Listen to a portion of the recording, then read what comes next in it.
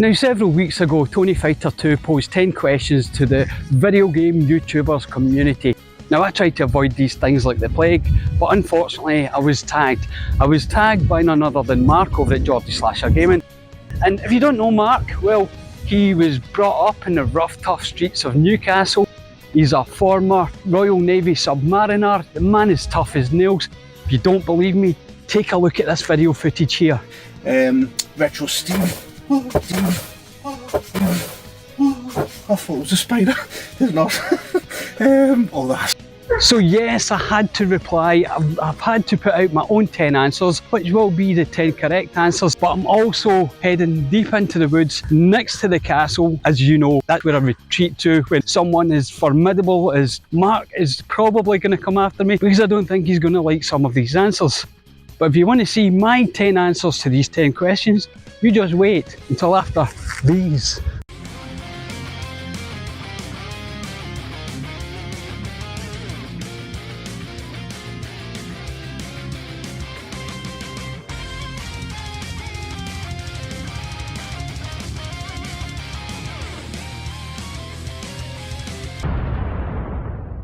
Okay, I'm safe, deep within the forest. The castle's just over there, in case I need some extra defence. But without further ado, let's get on to the first question, which is, which type of video games do you like to play? Now, this is a fairly easy answer for me because I like to play just about any type of video game. But for the spirit of this particular question, I'll try to be a bit more specific. And anyone who knows me knows I'm going to say turn-based Japanese role-playing games. Now, not just because they're turn-based, there's one important feature when it comes to a role-playing game, and that is the story. And that has been something that I've looked for in video games, well, since the beginning really. Yes, we had to back in the day make our own stories, but now we don't. So I look for a decent story, a gripping story that will get me through the entirety of the game. And let's face it, JRPGs are some of the best examples of that type of gaming. And of course, I'm going to point out Final Fantasy VII as probably being the pinnacle, but Suikoden 2 is right there shoulder to shoulder with it. So if you want to know what type of games I like to play,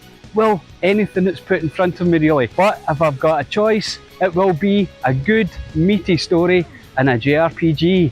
Next question, and this is quite an interesting one as well, I suppose. It's had some varied answers across the whole of the community. And that is, how long do you spend on average playing video games per week?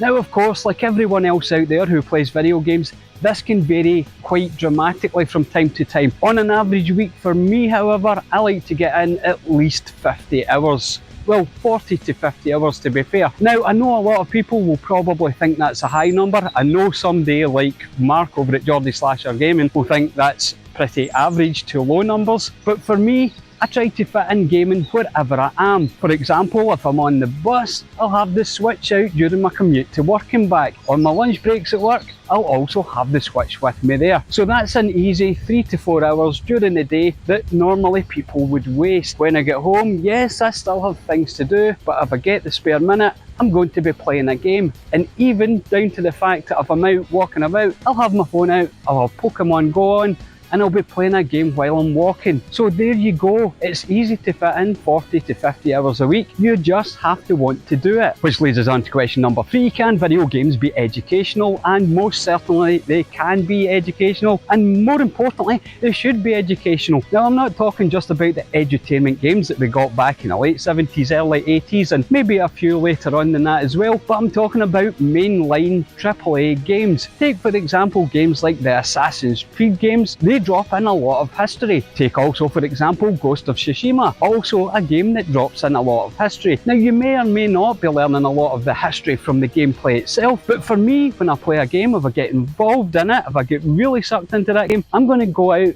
and I'm going to research that particular topic by myself. So not only can video games be educational, they can maybe guide you along the way to make yourself more educated. And that is the best answer to that question. Question number 4 is, what do you not like about video games? Well, I've got a simple answer for you here. It's quite simply DLFC.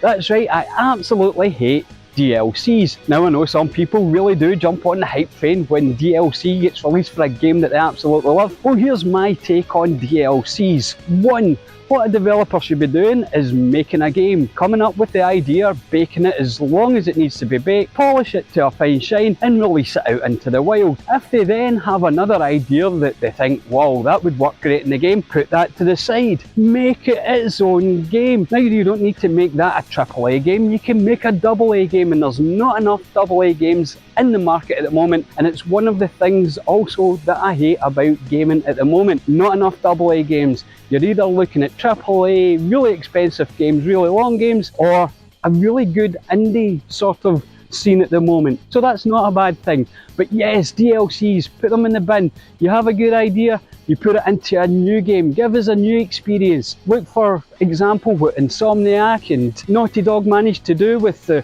Uncharted and Spider-Man games. We got what were basically DLC games made into AA games in the form of Miles Morales and Lost Legacy. So that's what you want to do, developers. Listen to me, I know I'm right. Which leads us on to the next question, which is, what do you like about video games? Quite simply, they're a fantastic way to spend your free time, especially if you live in a country like Scotland. Now, as you can see, I'm surrounded by this wonderful lush forest, and that is because where I live in the west of Scotland, it was traditionally a rainforest with no rainy season, which means it rains all the time. Somewhere where I could experience new worlds, have adventures, and just take myself out of the real world for a little while, but dry indoors, it's an absolute winner. And of course we can go back to the fact that video games can be really educational. It's another thing I like about video games. And then there's the social aspect. Granted, when you're younger you tend to have a lot of friends around you that all love video games, but the older you get that sort of disappears. With gaming however, take for example this video, we have a group of people coming together talking about video games, what they like, what they don't like, and all getting to know each other across the globe. And that is what I like about video games. I messed up, I misread a question, and the question I should have read was, how much do you spend a month on video games? Now that varies quite significantly with me. I could spend nothing, which is very unusual, but it can happen, or I can spend a few £100s quite easily, depending on what games I come across and what I really want. Not into the collection, but the games that I really need to play, whether it's games that I played in the past, games that I want to play in the future. So that's the answer to that. I'm sorry this is rushed, but as I said, this is post the original video, and I've heard Mark is on his way across the border as we speak.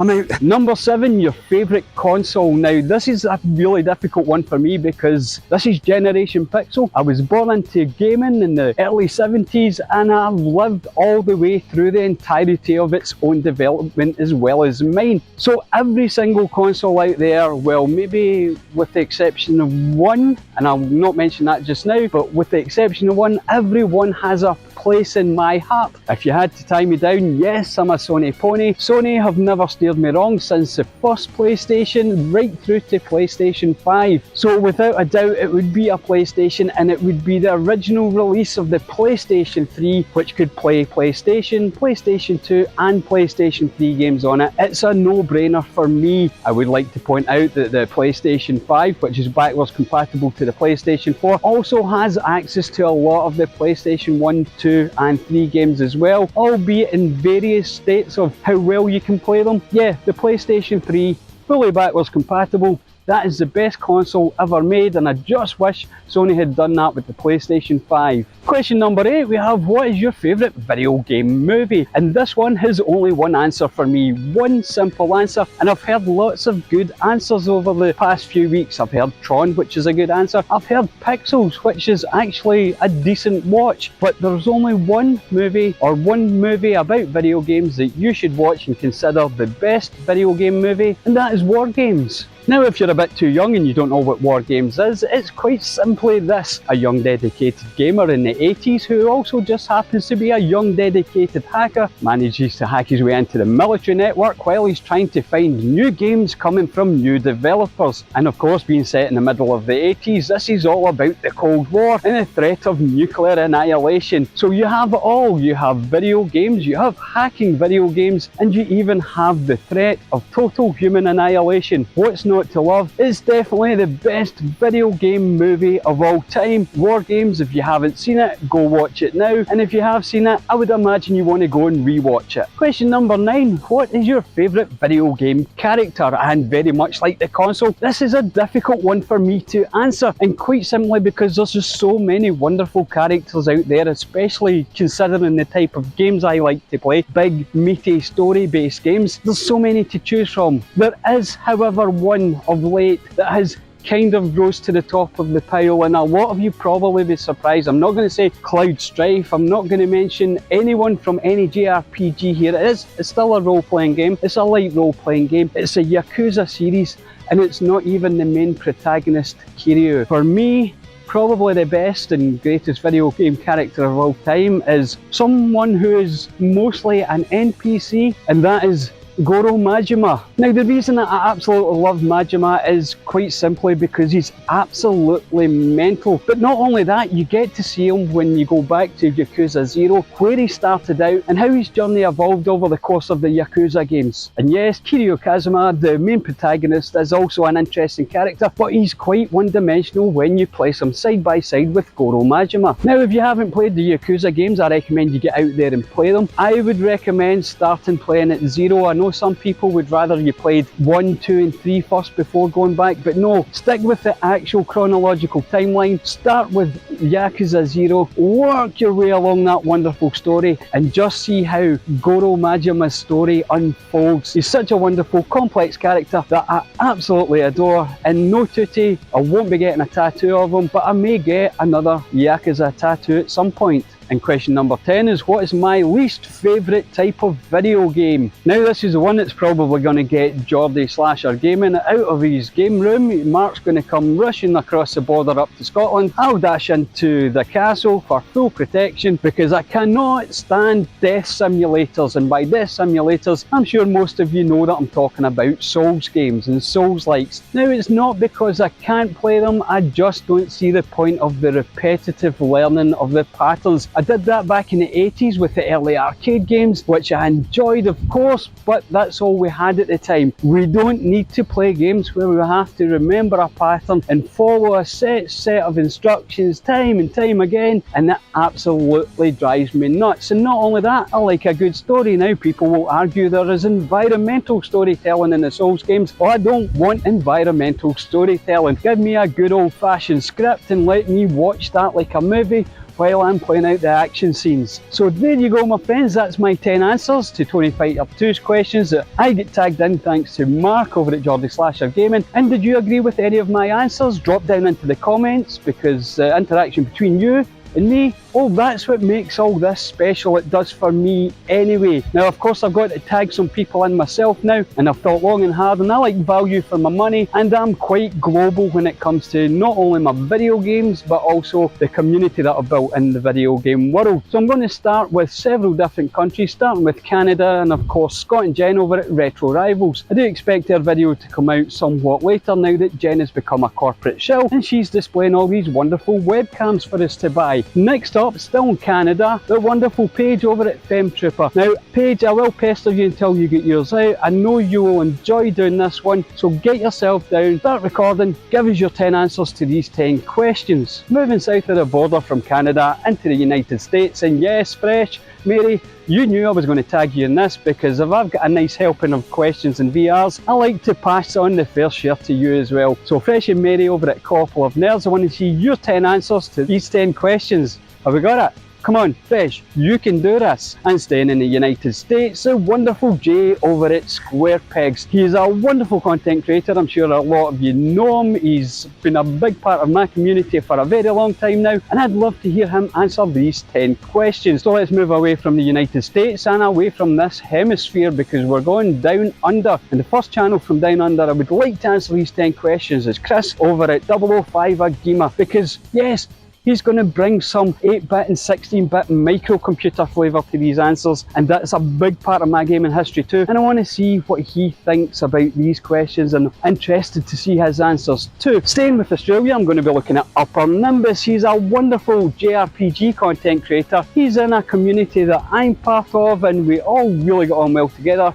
But I'd love to see him answer some of these questions, because there's some of these questions in here I haven't heard him answer before. And finally, let's come back to Scotland, starting with another JRPG nut, just like me in Scotland, and that's John over at Chicken Fillets. Now, what a name to name your channel if you're a channel about JRPGs, Chicken Fillets, but that's what he did, so I want to see what answers he's got to these 10 questions. And finally, or should I say last but not least, the wonderful Gordon over at Gib84 Gaming. Come on Gordon, give me answers to these questions, because Mark, Geordie Slasher Gamer, he sort of toyed with the idea of passing it on to you and he tagged me instead. Well, it's your turn now. So thank you very much for watching, and until next time, I'll try and keep safe from Geordie Slasher Gaming, and cheerio!